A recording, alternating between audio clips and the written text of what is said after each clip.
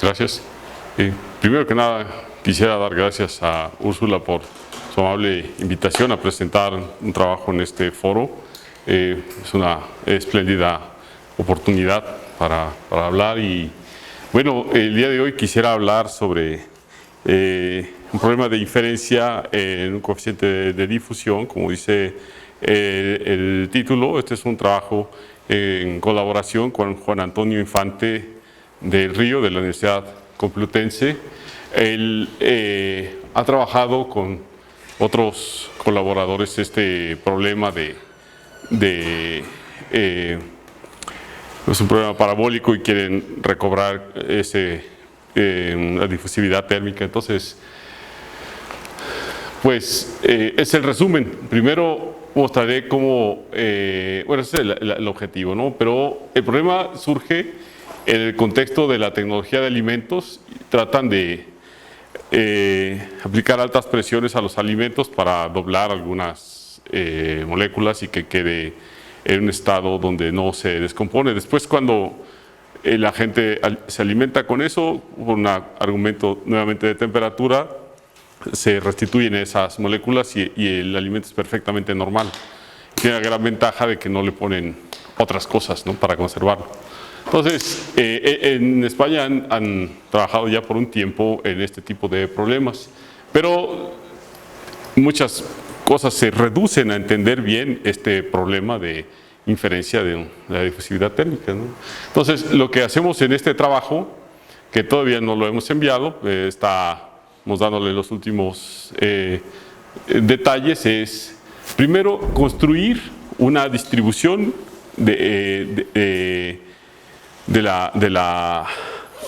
parámetro que queremos recobrar, ¿sí? Una distribución a priori a partir de un teorema de unicidad, que ese lo trabajó Juan Antonio en colaboración con Andrés Fraguela y otras personas. Y entonces nosotros queremos utilizar esos teoremas que ya tienen ellos para la unicidad de la solución del problema inverso para proponer los métodos estadísticos. Y después aterrizamos en un escenario donde hay unas constantes de normalización en la priori que desconocemos y entonces no podemos directamente aplicar nuestra herramienta favorita para muestrear, que es el Metropolis-Hastings. Entonces lo que hacemos en esa parte es proponer una variante de un algoritmo que se llama algoritmo de intercambio de variable para muestrear correctamente. Sí, entonces esas son las cosas de las que quiero hablar. La primera parte haré mejor esfuerzo por explicarlo con claridad, pero esa aclaro que es el trabajo previo, ¿no? Entonces, solamente me interesa establecer los teoremas que se trabajaron previamente y después pasaré a la parte medular, que es la modelación estadística. Entonces, bueno, este creo que es uno de los primeros trabajos que este grupo hizo, ¿no? Es con Ramos y Rey y Borra también, del mismo departamento de matemática aplicada de la Complutense. Entonces ahí bueno, está los trabajos donde establecieron el modelo, ¿no? Entonces vamos a pensar que el coeficiente de difusividad depende solo de la presión y esta a su vez es función de tiempo. Entonces estamos en un régimen donde los cambios de temperatura son no muy grandes, son pequeños, no hay otros cambios físicos en el sistema. Entonces podemos pensar que en realidad queremos identificar ese constante como una función del tiempo, ¿no? Y solo del tiempo. Estas son variables que aparecen en el modelo. Ahí me faltó poner un dibujo, pero ellos tienen una cámara que tiene es como un cilindro, ¿no?, donde hacen esa compresión de los alimentos. Entonces vamos a pensar nosotros que efectivamente esto es un disco con un radio R entrado en el origen por simplicidad, ¿no?, y vamos a denotar hacia su frontera. Y estas son las variables que aparecen. No puse las dimensiones, pero bueno, es bastante estándar, ¿no? Presión, nuestro objeto de interés, la temperatura externa, hay un coeficiente de intercambio de calor y una temperatura inicial.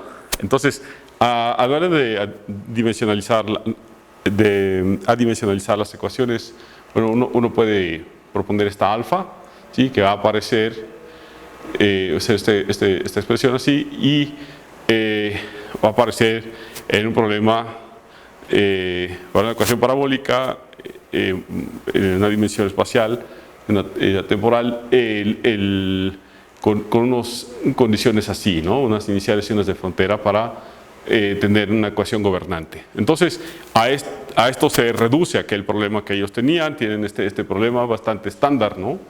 Esta es la ecuación gobernante. Entonces, pues una de las cosas que hace falta es elegir un método apropiado para simular de ese problema. Nosotros usamos diferencias finitas de segundo orden, ¿no? Entonces, espacio, diferencias finitas centradas y Crank-Nicolson para marchar en el tiempo. Cuando lo vemos como un problema inverso, lo que queremos es acotar qué es el problema directo y para pensar en un problema inverso, ¿no? Entonces, hay un mapeo de estas coeficientes de difusión a temperatura, ¿sí? Y la temperatura, pues hay que aclarar dónde se va a medir, ¿no? Todavía aquí habría que componerlo, ¿verdad? Después de aplicar aplicar otro operador que sea un operador de observación, que diga yo estoy midiendo en la frontera, estoy midiendo de tal forma. Entonces ese sería otro componente para tener realmente un mapeo de parámetros a datos, pero en cuanto al modelo físico, pues esto es lo que define el mapeo de parámetros a datos. Nosotros, dado uno de estos, evaluamos uno de estos. Eso es lo que vas a pensar como mapeo de parámetros a datos. Entonces, en los trabajos que Juan Antonio ha hecho con otras personas, por ejemplo, este artículo de Fraguela 2013, a que hago referencia varias veces, ellos establecen condiciones para una única solución, ¿sí?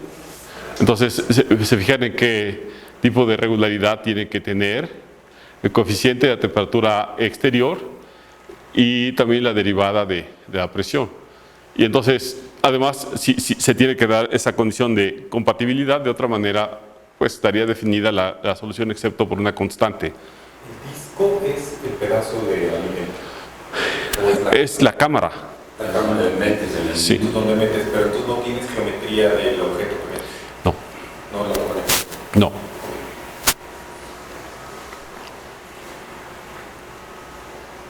Sí. Sí, ahí realmente habría que pedirles un poco aclarar. ¿La solución es radial? Sí, la solución es radial porque es la cámara. Están pensando en la cámara. No sé si esté lleno probablemente, ¿no? Sí. Probablemente el coeficiente de difusión. Ellos están interesados. Probablemente el coeficiente de difusión térmica, el problema de coeficientes variables. Sí, sí. Tomar en cuenta la comida. Sí, ellos están interesados, bueno, al final del día son españoles, en jamón. Sí, quieren. Sí, sí. El jamón lo compras dentro de todo. Sí, dentro de toda la cámara. Sí. Vamos a pensar como españoles, es jamón. Sí. Ibérico, ¿no? Sí, ese de bellota. Entonces, en ese mismo artículo, ellos usan una formulación como una ecuación integral y la estudian, ¿no? De qué propiedades tiene. Y nada más que porque, aunque pueden escribir muchas cosas de manera analítica, numéricamente se ve bastante difícil el problema. Entonces, por eso la necesidad de pensar otros enfoques, ¿no? Pero bueno, ya llegaré a esa parte. Lo que sí hacen es definir el problema inverso y, bueno, estudiarlo, ¿no? Y esa parte, pues, es bien padre porque se puede... Es de lo que yo los quiero convencer hoy, de que se puede utilizar este paradigma bayesiano para incorporar toda esa información como distribuciones a priori y después hacernos una buena idea de qué cara tiene la solución. Y entonces, pues, además sí nos sale, ¿no? Entonces,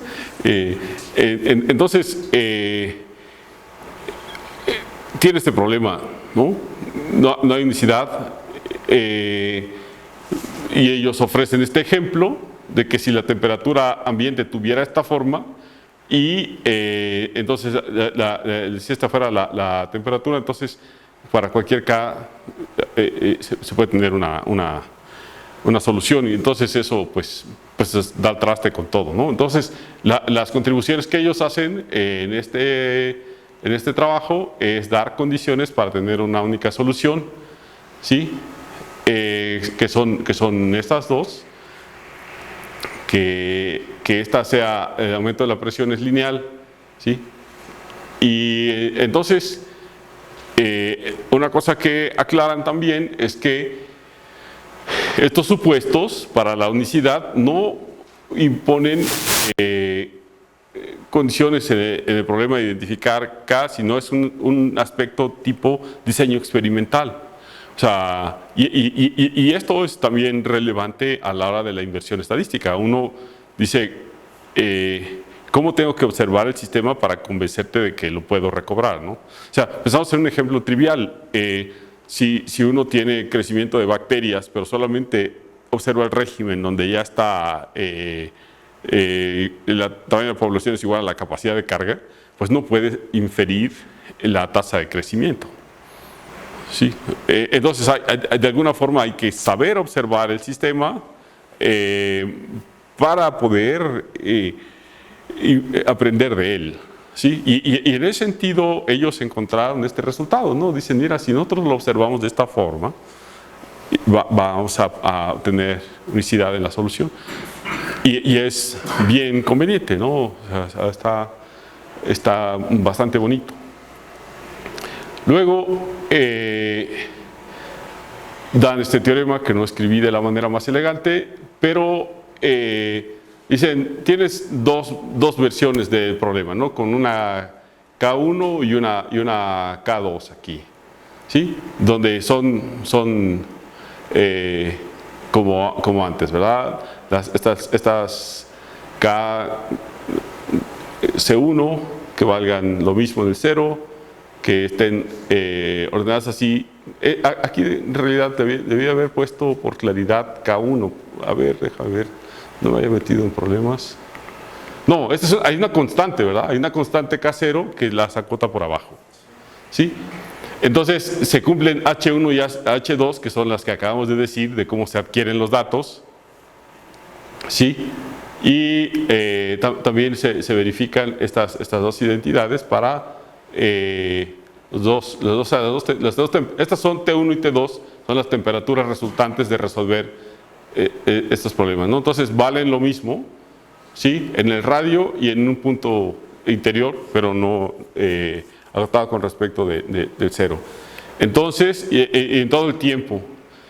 Sí, además se da esa definición de que es analítica por un lado, y estas cotas, entonces tienen que ser la misma. Entonces, de continuar el análisis, ellos encontraron este tipo de condiciones, de decir, ¿cómo das una única solución, ¿no?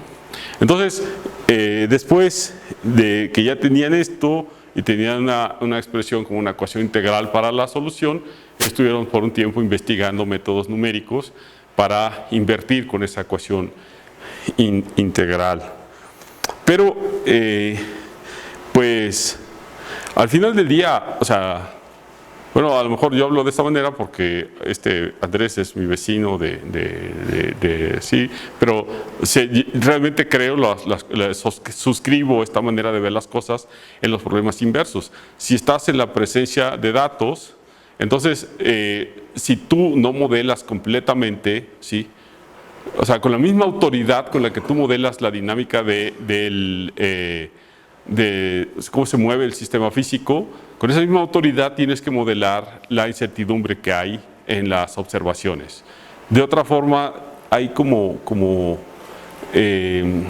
suboptimalidad de las respuestas que obtienes, ¿no? O sea, entonces es un ejercicio más de modelación. Entonces, en ese sentido, si nosotros tomamos la ecuación integral, aunque tengamos este tipo de problema, pues no podemos invertir a partir de ahí, sino que lo tenemos que ver como un mapeo propiamente, ¿no? como si fuera un regresor, digámosle así.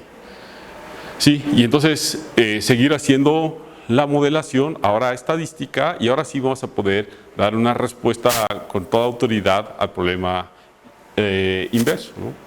Entonces, está bien bonito porque uno tiene que entrarle a este tipo de análisis y al otro, y además también al análisis numérico para simular de la ecuación, ¿verdad? Es como las tres pistas del circo, ¿no? Al mismo tiempo. Entonces, en ese sentido, pues es muy estimulante, ¿no? Entonces, lo que voy a hacer es usar este teorema 2 de Fraghela para proponer una distribución a priori, como he dicho antes, para K. Y ahí va de por medio cierta discretización, ¿sí? Yo voy a comentar sobre las limitaciones del enfoque que hemos seguido ahorita con Juan Antonio, ¿sí? Los peligros en los que corremos, pero vamos, todavía insisto en la corrección de este enfoque, ¿no? Luego vamos a proponer una función de verosimilitud que es como la distribución de probabilidad asociada al funcional de mínimos cuadrados, ¿no? O sea, eso es la verosimilitud. Y luego voy a mencionar cómo logramos hacer una variante del algoritmo Metropolis-Hastings para muestrear correctamente de la distribución que resulta de aplicar el teorema de Bayes. Entonces voy a tener una distribución de probabilidad del coeficiente de difusión dadas las observaciones del sistema y voy a muestrear, o sea, hacer como un histograma con ella, ¿no? Y entonces ya diré dónde está la solución. Entonces, como dije antes, ¿verdad? Utilizamos en el espacio diferencias finitas centradas, son de segundo orden, y Crank-Nicolson para marchar en el tiempo. Sí, entonces vamos a pensar en la discretización. Aquí, a la hora de que uno discretiza el problema, hay un tópico bien importante, ¿no? Que dices, primero hago la distribución de probabilidad en espacios continuos y luego discretizo, o primero discretizo y luego ese sistema discreto lo invierto estadísticamente. Ese diagrama no conmuta, ¿verdad? No es lo mismo. Entonces tú puedes caer en el problema donde por discretizar primero, después las estimaciones dependen de la discretización, lo cual es terrible. Estamos conscientes de ello, sin embargo, también, bueno, me saldría un poco, ¿verdad? Pero hay argumentos basados en los cuales uno puede hablar de cierta equivalencia, ¿no? O sea, bueno, ya me estoy saliendo, no me quiero salir, pero nosotros hacemos primero discretiza y luego invierte, ¿no? Con el riesgo, a veces son equivalentes, sí, con el riesgo que conlleva. Entonces, vamos a proceder así, voy a hacer puros métodos clásicos de modelación numérica para discretizar primero el problema y luego invertir, ¿sí? Entonces, vamos a pensar que hacemos del intervalo de tiempo donde vivimos, una partición así, y luego aquí sobra una T, ¿verdad? ¿Sí? Vamos a pensar en unas funciones lineales, así como estas que van a ser una base sobre la cual vamos a escribir la solución. Entonces vamos a ponerla con una combinación de estas funciones. Entonces nuestro objeto de interés va a ser estos coeficientes que tenemos aquí, ¿no? Más aún, el primero de ellos es conocido porque conocemos la presión, conocemos K a presión atmosférica, ¿sí? Entonces tenemos ese valor conocido. Entonces, las condiciones del teorema de unicidad de Fraghela y otros son, las podemos escribir de manera discreta, ¿sí? Y bueno, esas van a ser las que vamos a usar en realidad, ¿no? Aquí aparecen algunas expresiones como esta C, que de manera libre estoy diciendo una constante que hay. Solamente me interesa la estructura, ¿no? O sea, yo tengo la versión discreta de las dos condiciones de unicidad para el problema inverso. Y eso es como lo que quiero usar como base para proponer mi a priori, ¿sí? Entonces, llamemos Q a ese conjunto, ¿verdad? Las constantes de difusión que verifican estas dos condiciones de manera discreta. Todas las otras condiciones ya se cumplían, ¿sí? Y además también el problema directo bien planteado, también vamos a pensar que se cumplían, ¿no? Entonces eso no lo vamos a tomar en cuenta. El teorema 1 está implícitamente supuesto que se cumple. Pero este va a ser nuestro objeto de interés, ¿sí? Y este le vamos a llamar el soporte. Entonces vamos a denotar con K mayúscula un vector de variables aleatorias y voy a abusar horrible de la notación y voy a poner otra vez esta K aquí como el vector, quizá de ponerlo en negritas, ¿verdad? Pero este es el vector de instancias de esas variables aleatorias. Y vamos a pensar que todas ellas tienen una sola varianza, que es esta sigma 2. Todas son del mismo orden de magnitud, las temperaturas, ¿no? Se variaban ligeramente, ¿sí? Entonces tienen toda la misma varianza. Y entonces el parámetro por inferir es este teta, que es un arreglo que primero tiene los coeficientes de la constante de difusión y su varianza. Entonces, yo afirmo que la distribución a priori tiene esta forma, ¿sí? Esta es una densidad de probabilidad, ¿sí? Yo iba a decir que tiene esa forma. Entonces, lo voy a escribir como esta condicional, ¿verdad?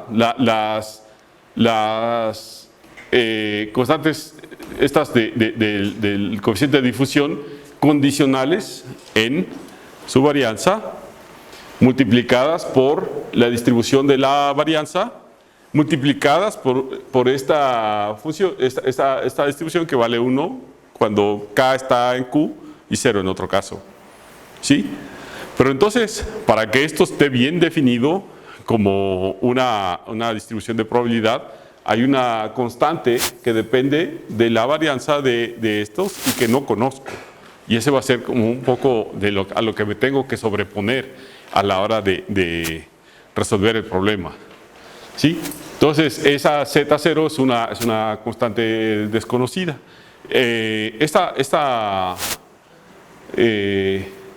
Va a estar ahí, ¿verdad? Un problema que tengo numérico. No, todo está bien excepto por ese problema numérico, que no conozco esa, ¿no? ¿Cómo le voy a hacer para calcularla?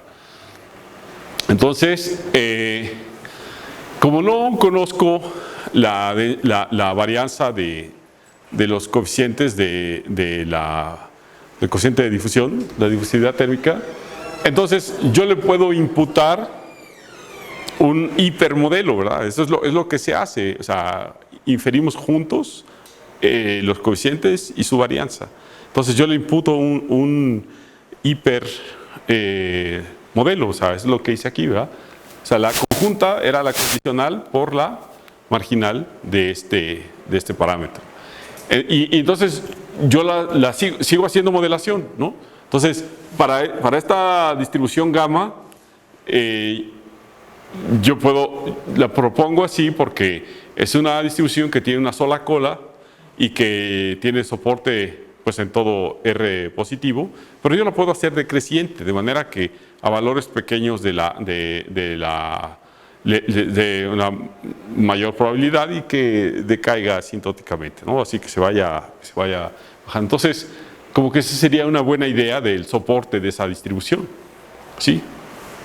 Y además, yo puedo utilizar estas identidades que se verifican para la distribución gamma para imputarle lo que deberían de ser sus momentos, ¿no?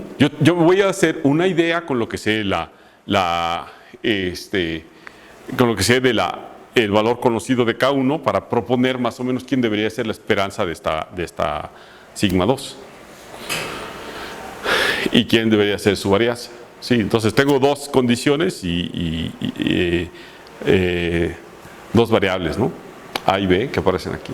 Entonces puedo jugar un poco para proponer esos valores y va a ser como mi teoría, ¿no? De lo que yo digo que debería de ser, ¿sí? Entonces, ahora para la parte de esta distribución condicional, lo que nosotros queremos hacer, o sea, la motivación es la siguiente. O sea, cuando haces regularización de problemas inversos, tú tomas un funcional de mínimos cuadrados y lo penalizas con algún operador, y mucha gente, ves la gente pone un operador de diferenciación, ¿no? Dices, voy a suavizarlo, pero más en general lo que la gente hace son estos modelos, bueno, no sé cómo se castellaniza, ¿no? Pero se llama marco random field, ¿sí? Para decir cómo depende de sus vecinos el valor de un punto, ¿sí? Entonces, pero es la misma, perdón, es la misma idea de una matriz de diferenciación, muy similar, ¿no? O sea, si hago diferencias finitas, pues el valor aquí está en términos de los vecinos, ¿no? Entonces, partiendo de allá, empezamos con esta, pero en realidad hay otra manera de pensarlo, ¿no? O sea, si yo propongo esta matriz para la ¿cómo va a ser la matriz de covarianza de esta distribución? ¿Sí? Me voy a fijar que en realidad es el cuadrado de una norma H1 para acá, utilizando las diferencias finitas. Entonces, yo quiero esa matriz de covarianza para mi condicional. O sea, si yo conociera su varianza, propondría algo como esto, como una norma H1. ¿Sí? La discretizo con diferencias finitas y aterrizo en esta cosa, que resulta también ser un marco random field, ¿no? Entonces, eso es lo que proponemos. Esta A es simétrica, definida positiva, y tiene esta cara, donde A viene según lo quieras ver, ¿verdad? Es como un marco random field, es decir, cuánto peso le das a los puntos con respecto a sus vecinos, o ver la que nace de acá, ¿no? Sí, o sea, está un poco como muy intuitivo, ¿verdad? Pero tiene las dos maneras de pensarse. Entonces, lo que sí es que esta distribución, así puesta, esta acá es ese vector, ¿verdad? Define un campo aleatorio de Markov gaussiano o Markov random field con esta matriz de precisión y esta de covarianza. ¿Sí? Entonces, lo que nos falta para poder escribir, excepto por la constante de normalización, lo que nos falta para poder escribir la distribución a priori es usar el hecho de que conocemos el primer valor, el primer coeficiente. Entonces esta la tenemos que hacer condicional a que sabemos cuál es el valor del primer coeficiente. Pero estas distribuciones son bien simpáticas porque las condicionales vuelven a ser gaussianas. ¿Sí? O sea, si yo la hago condicional a que el primer valor toma algo conocido, vuelve a ser gaussiana. Entonces, nosotros podemos partirla así, ¿sí? Y la condicional, otra vez una norma multivariada, donde esta media se escribe así, ¿sí? Es solamente una cuenta lo que hay que hacer, ¿verdad? Y la matriz de covarianza es el complemento de Schur de esa matriz en la sigma. Entonces, ya podemos nosotros escribir todo completamente, ¿no? Entonces nos queda muy bien. Cambia solamente un poco, ¿verdad? Solamente cambia como nos quedaba el lado izquierdo, ¿sí? Y lo podemos pensar de los dos ángulos, ¿verdad?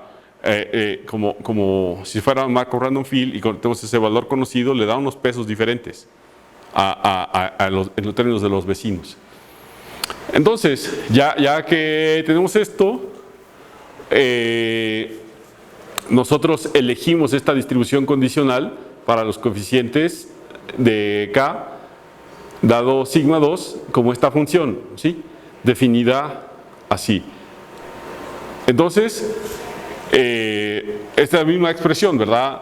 Que nada más que en vez de poner esta de acá, solo voy a poner esta H que acabamos de construir. Entonces esta es la priori, ¿sí? Y acabamos con la parte de modelar la priori, pero todavía tenemos el zapato, la piedra de no saber quién es Z0, ¿sí?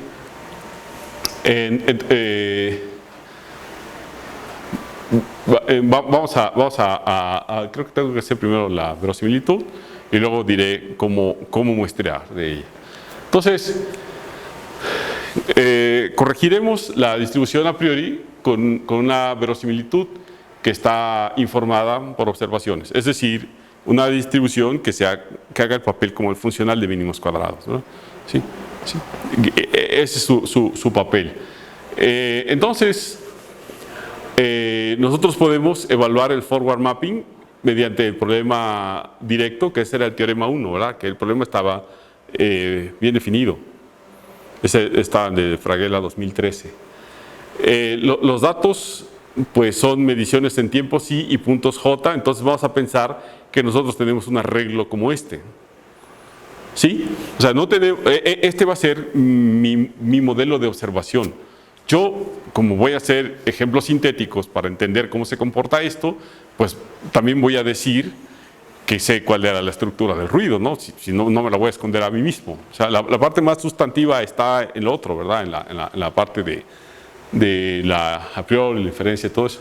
Entonces, yo voy a decir que el ruido es aditivo, ¿sí? Y que conozco la estructura de este ruido. Voy a decir que ese son gaussiano, independiente, idénticamente distribuido. Entonces, si nos fijamos, como estos dos son deterministas, entonces estos dos, ¿verdad? Estos son la solución voy a decir que es la solución de la ecuación y este es el mapeo directo. Entonces, yo puedo utilizar esta identidad para escribir cuál es la distribución de probabilidad de T dado K. ¿Sí? O sea, porque a ver, aquí tengo un error horrible, ¿verdad? Esto es K, ¿sí? Lo siento mucho. Entonces, si yo tengo aquí un valor de K fijo, entonces ya tengo la distribución de esta, ¿verdad? Entonces yo tengo la distribución de esta condicional en K. Y eso es lo que voy a hacer justamente. Y aquí, qué barbaridad, mira. Y la estuve revisando, ¿eh? Sí, sí, hay un Oye, Marcos, sí. ¿cuántos puntos son necesarios? De observación. De observaciones. Esa es una de las preguntas difíciles, ¿no? O sea, si tú pudieras garantizar que están bien determinados los coeficientes con un número de mediciones, esa parte no la hemos hecho, ¿sí? Yo puedo decir con cuántos funcionó, ¿no? Pero ese yo creo que es un problema difícil. ¿Sí? Sí se puede. Sí se puede. Hay gente que se dedica a eso. De hecho, nosotros para un problema de propagación de ondas resolvimos ese problema. O sea, dimos un método para decir cuál es la dimensión del espacio informado por los datos. Eso se puede hacer. Pero para la verdad es que no lo sé. Lo que sí te puedo decir es que siendo un problema parabólico es muy suavizante y la dimensión del espacio informado por los datos es muy chiquita. Entonces, si tú tienes una relación de señal a ruido como de 100, a lo mejor ya no ves nada. De hecho, lo voy a mencionar, nosotros tuvimos que ponerle una relación de señal a ruido de 1000 aquí para ver algo. ¿Sí? Pero ese es un problema que está ahí, ¿verdad? Es decir, ¿cuál es la dimensión del espacio informado por los datos? O sea, si yo tengo tantos datos, ¿cuántos parámetros puedo obtener? Ahora parabólicos tiene que ver con el kernel de la función. Sí, exactamente. Exactamente, sí. Sí, por ser así tan suavizante, entonces se necesita una relación de señal a ruido grande y bueno, después de cierto número de datos ya no ganas nada. Pero ahí está, es un tópico bien interesante, ¿no? Si te interesa, yo te puedo mostrar lo que hicimos con scattering. Ahí sí pudimos decir una palabra. Sí. Bueno, entonces pensando que aquí hay una K, aquí también, y aquí, ¿verdad? El diablito de copy-paste. Entonces esta sería la verosimilitud, ¿no? Es una distribución gaussiana, porque la esperanza de esta distribución es la predicción del modelo, ¿no? ¿Sí? Que eso es al final del día lo que estamos diciendo, ¿no? Que de alguna forma, sea esa gaussiana o sea otra cosa, el valor esperado pues es la predicción del modelo. Si no tenemos esa premisa, pues entonces probablemente hay un problema de adecuación del modelo, ¿no? Que sería interesante de estudiar también, ¿no? O sea, qué tan adecuado, dados unos datos reales, qué tan adecuado es el modelo. Es tremendo problema también, ¿no? Entonces, ahora sí, ya sin errores, ¿verdad? El teorema de Bayes garantiza que la distribución de lo que queremos saber, dado lo que podemos medir, se escribe así, ¿no? Es proporcional a esto. Esta es la a priori que construimos y esta es la verosimilitud. Es de notar que en esta verosimilitud no aparece explícitamente la sigma 2, ¿sí? Pero, o sea, no depende en sigma 2, pero la dependencia está ahí, ¿no? O sea, suena medio raro. O sea, no hay que escribirla, ¿sí? O sea, yo pudiera igual poner aquí teta, pero sería esta misma, ¿sí? Entonces, nosotros ya tenemos esta distribución y ahora nos gustaría tener métodos numéricos adecuados para aprender de ella. Sí, porque ya no es una solución puntual, ahora es una distribución y yo quisiera aprender de ella para no sé, por ejemplo, decir cuál es el valor esperado, el punto más probable, la covarianza, ¿no? Pero condicional en las observaciones. Entonces, el algoritmo de elección es el Metropolis-Hastings, también está Gibbs, o también uno puede calcular el punto más probable con un método de optimización y luego hacer así como ver cómo es o sea, hacer una aproximación lineal en un entorno, ¿no? Es una idea de qué tan plano está en una vecindad de ese punto. Hay muchos métodos para aprender de eso, de esa distribución, ¿no? Pero siempre, bueno, el método también, ¿verdad? Por la influencia de Andrés, pero no Fraguela, sino Kristen, es hacer este tipo de cosas de Markov-Chain Monte Carlo, ¿sí? Entonces uno hace un método estocástico de colocación para aprender de la distribución. Y entonces, en nuestro caso, esa es desconocida, dando un lugar, después de esa modelación, a una constante de normalización desconocida, ¿sí? Eso fue el cambio que hicimos. Lo pusimos como un parámetro más por inferir y entonces pasamos a otro lado del problema. Entonces, nosotros modificamos el algoritmo de Metropolis-Hastings para estimar la varianza junto con el resto de los parámetros. Es lo que vamos a hacer. Entonces, por propósito de no tener que recordarlo, lo escribo aquí, ¿verdad? Este es el algoritmo clásico de Metropolis-Hastings. Entonces, uno tiene un punto inicial en el espacio de parámetros, un presupuesto de simulaciones por hacer, la salida pues es ese número de muestras, se inicializa y entonces uno toma muestras de, aquí lo puse en rojo por énfasis, ¿verdad? También es un tópico que no me voy a mencionar, pero para hacer el Metropolis-Hastings uno tiene un kernel de transición de probabilidad que básicamente lo que te dice es como la probabilidad de aterrizar en un conjunto, dado que estoy parado aquí, ¿no? Entonces, a ese se le pide que tenga ciertas propiedades de ergodicidad para que visite todo el espacio de parámetros y entonces se garantiza con que asintóticamente te vas a la distribución correcta, ¿sí? Entonces, ese papel juega el kernel de transición de probabilidad, que le vamos a llamar Q. Entonces, uno calcula este cociente para obligarlo, ¿verdad?, a que cumpla todas aquellas propiedades lindas. Y entonces tomas un punto y con este criterio, ¿sí?, es como tirar un volado, literalmente, te quedas con el punto nuevo o te quedas parado donde estaba, ¿no? ¿Sí? Entonces, si está bien definida la distribución objetivo, entonces uno puede generar una muestra. Hay como una parte de aproximación, pero eventualmente converge y ya se queda donde debería, ¿verdad?, muestreando de la distribución objetivo. Entonces uno pues tiene que descartar con todo el dolor de su corazón las simulaciones primeras y quedarse con la parte convergente. Entonces el problema aquí es que nosotros no conocemos el Z0, ¿verdad? Sí. Entonces lo que nosotros hicimos con Juan Antonio fue tomar prestado de un artículo de Nichols 2012 y otros, para decir, no voy a calcular alfa. Lo que voy a calcular va a ser un estimador no sesgado de alfa.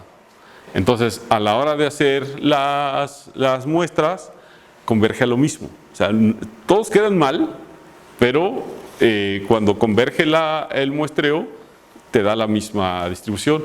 Me voy a saltar los detalles, está un poquito envuelto, pero nomás voy a escribir cómo quedó, ¿no? Entonces, dado que no es posible evaluar directamente alfa, propones un estimador no sesgado de alfa, de manera que el algoritmo Metropolis-Hastings converja a la distribución correcta. Entonces, este artículo de Nichols, Fox y, no me acuerdo los otros, de 2012 es un análisis de este tipo de idea aplicado en varios escenarios, ¿sí? Y nosotros lo aplicamos en eso, en el hipermodelo, ¿no? O sea, en el modelo del modelo, ¿no? Entonces, pues así, esta es la cara que tiene al final del día, ¿sí? Entonces, igual hace lo mismo que Metropolis-Hastings, pero cuando calcula esta alfa, la calcula así, ¿sí? Y nos damos cuenta de que no aparece Z0 a expensas de muestrear de esta condicional, ¿no? Entonces, ¿cómo lo hace? Primero, muestrea del kernel de transición y entonces le quedan unos primos.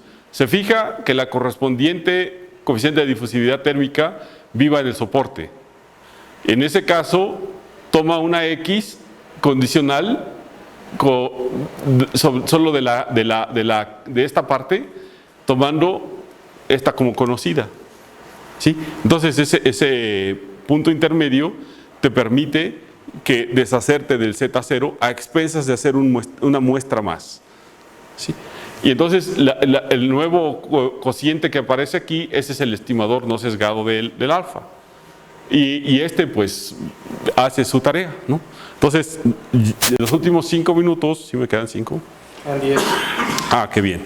Así si hubiera preguntas, pues podemos. Entonces, agarramos un ejemplo numérico, ¿no? Nos tomamos esta función porque es una función así, más o menos con la cara que esperaría que tiene los experimentos. Creamos datos sintéticos con una relación de señal a ruido de 1000, y eso tiene que ver con el número, la dimensión del espacio informado, del espacio de parámetros informado por los datos, ¿sí? Ese es un tópico padrísimo, está más o menos bien entendido, pero sí, dependiendo, como dice Antonio, dependiendo del operador que tienes, si es muy suavizante, puede darnos escenarios terribles, ¿no? Entonces, esta es la cara que tiene las simulaciones. Aquí no le puse nombres, la azul es la verdad, ¿sí? Esta es el coeficiente de difusión, la verdad, nótese la escala es muy pequeñita, salud.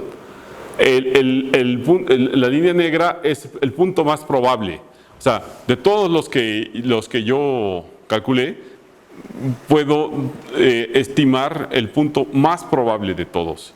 Ese lo enchufo en el modelo y me da la línea negra. Y un fenómeno bien chistoso que nos rascamos mucho la cabeza, pero después del tiempo tiene sentido. Este es el tiempo, ¿sí? Es el tiempo. Aquí están, este es el coeficiente y esta es una suavización de ese coeficiente. Es el tiempo cero y es un 300, ¿verdad? Cualquier escala de tiempo que te guste, segundos. Fíjate cómo la línea roja, que es el valor esperado, se va abriendo, se va haciendo un poco así, más por allá. Esto aquí en azul tengo la verdad en cuanto a los datos en el punto central y en el punto de la frontera. Y la línea esta color cian son los datos con ruido, ¿sí? Entonces por esta escala en que la estamos viendo se ven muy ruidosos, pero la relación es 1:1000, ¿sí? Entonces, fíjate, bien simpático cómo se vuelven más, como que se vuelve un poco más disperso conforme aumenta el tiempo.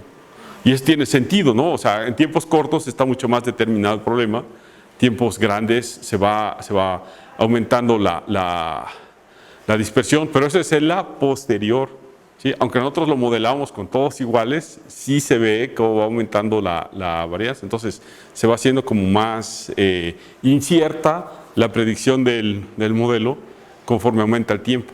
De hecho, el valor esperado se va deteriorando, ¿no? ¿Sí? Pero aunque le pega al punto más probable, el valor esperado, ese se va deteriorando un poco. Y entonces aquí está el punto más probable de la posterior y las distribuciones para cada uno de los parámetros. Fíjate cuántos parámetros usamos, fueron pocos, ¿verdad? 10. ¿Sí? Justamente porque son pocos los que se pueden recobrar, ¿no? Y luego aquí el valor esperado. Este sí queda en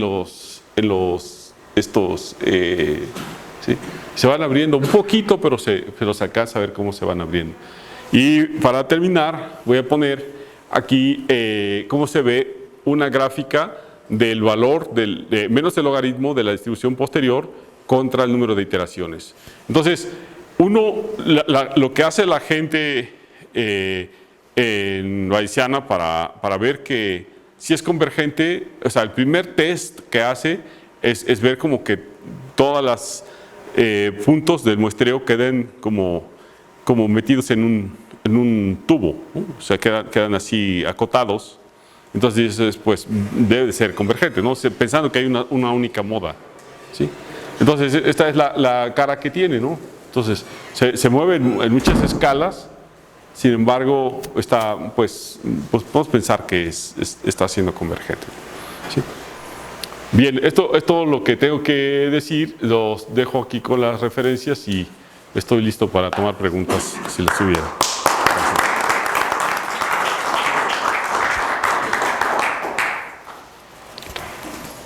¿Sí? ¿Cuánto también lo que el MSD? A ver, más o menos el número de puntos que botas a la basura antes de que llegue a este régimen, más o menos como 2000.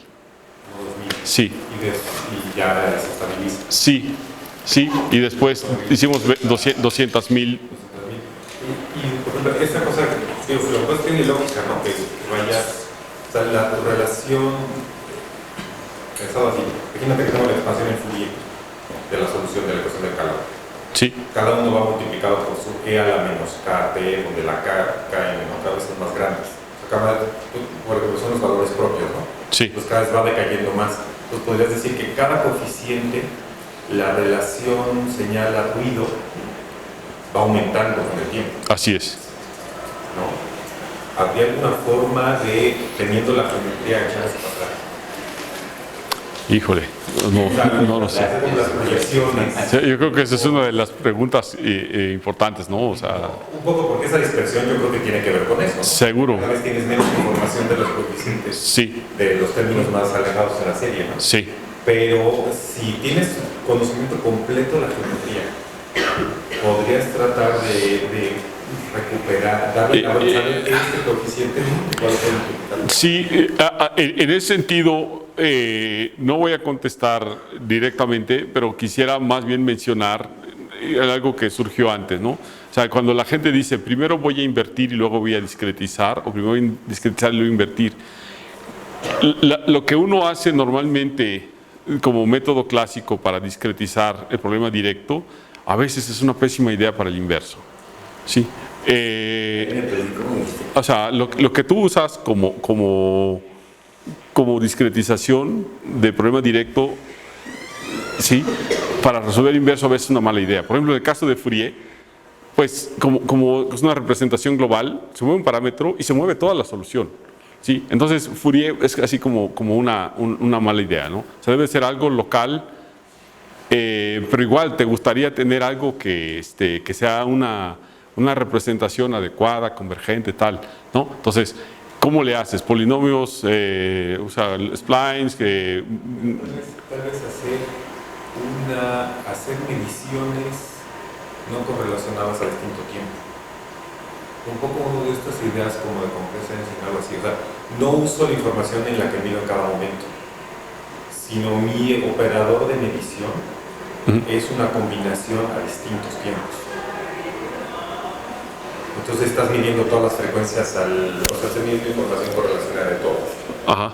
Y tratar de ver, por ahí estos métodos se echan a perder con el ruido, pero ver si de ahí puedes sacar, porque lo que importa es cómo van cayendo unos frecuencias con los otros. Así es, así es. No sé si eso podría ser. Sí, definitivamente, cómo adquirir los datos debe jugar un papel a la hora de, sí. Sí. Una pregunta, según entiendo, porque estaban los dos enfoques, ¿no? Discreto, continuo, discreto. Así es. Discreto, continuo. Sí. Entonces, optimize, discretize, etc. Sí, sí. Entonces tú usaste el segundo, ¿verdad? Yo usé primero discretiza y luego invierte. ¿Por qué? O sea, lo normal es al revés, ¿no? Sí, a mí lo que...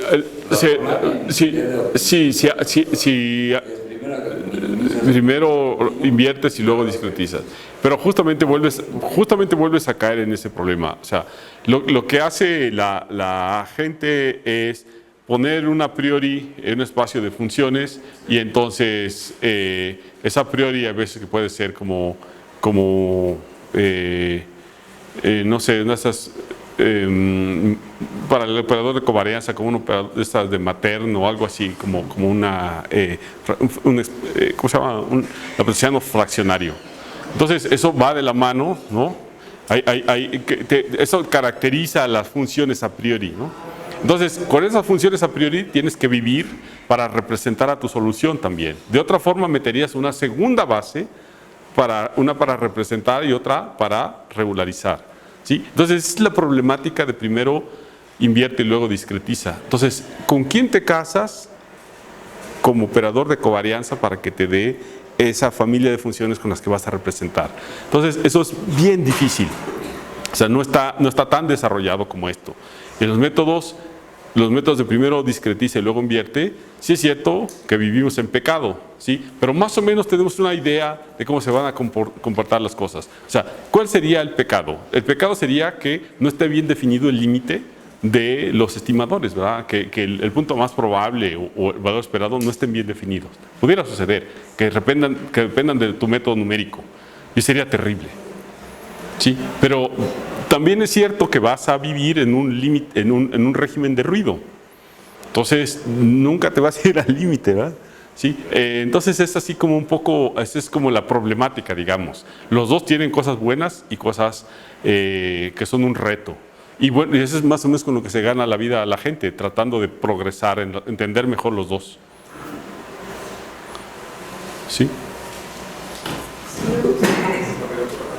Si haces además no es un problema, se te aumenta la dimensión del problema muchísimo si lo haces al revés.